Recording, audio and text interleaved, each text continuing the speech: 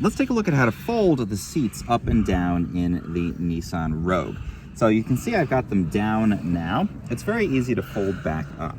So all we're gonna do is just make sure the seat belt is out of the way, and we're just gonna lift this whole thing up, and we're gonna make sure that we click it all the way in. And that's gonna be secure.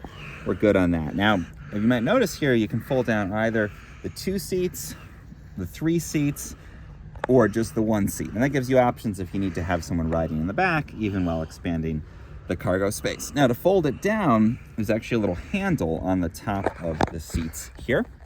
Again, this is gonna be on both sides. I'm just gonna show one side. And I'm just gonna pull this handle up. That's gonna unlock. And then I'm just gonna carefully fold this whole seat down to the floor. And again, I can repeat this on the other side if I want more space, or again, I can just have the 2 open there. Very, very simple, nothing to it. You can easily fold those seats down and really expand your cargo space in the Nissan Rogue.